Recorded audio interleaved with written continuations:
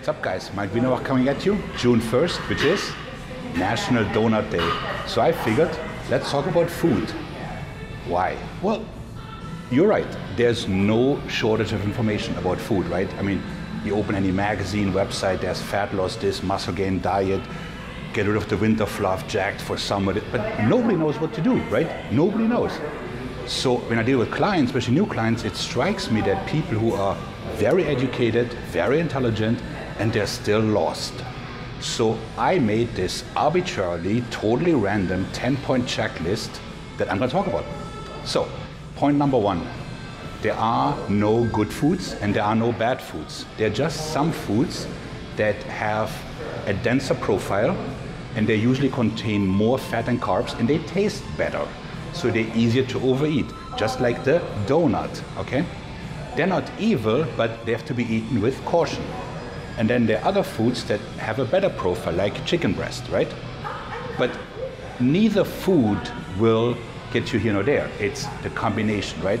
So you do not have to shy away from bad foods. Let's forget about that term. Then, repeat after me. There are no fat-burning foods. Stop looking, okay? People always say like grass or salad. Have you seen cows? How big they are? Okay? Grass has calories, right? So that doesn't exist. 3, keto diets work. Low-fat diets work. Low-carb diets work. The zone diet works. Intermittent fasting works. As long as you're in a deficit, okay? You can go on any diet you want. There's nothing magical. So if you think keto is all you can eat bacon and you lose weight, you're wrong, okay? Any diet works as long as you're in deficit. I prefer higher carb, lower fat, but that's just my opinion.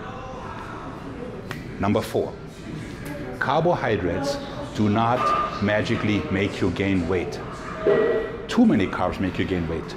Too much protein makes you gain weight, and too much fat makes you gain weight, okay? 5, insulin does not make you gain weight.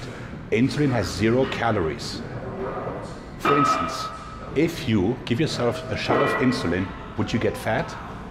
No, you would die, so don't try this at home. The point being is that insulin by itself has no magical fat-building properties. Cortisol, this next point, doesn't either. So when people say, oh, I'm stressed out, this is New York City, okay? Everybody's stressed out. But unless you overeat, you're not gonna gain fat. So for instance, people in a POW camp, do you think they're stressed out? No constant threat of torture, killing, that kind of thing. Would that stress you out? Yeah. They're very lean. You know why? There's little food. Cortisol does not make you fat, okay? So forget about that. Next, your metabolism slows down when you diet, but not as much as you would like, because otherwise nobody would die from hunger. Okay?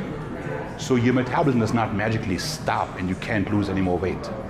It just means you're eating too much or you're moving too little.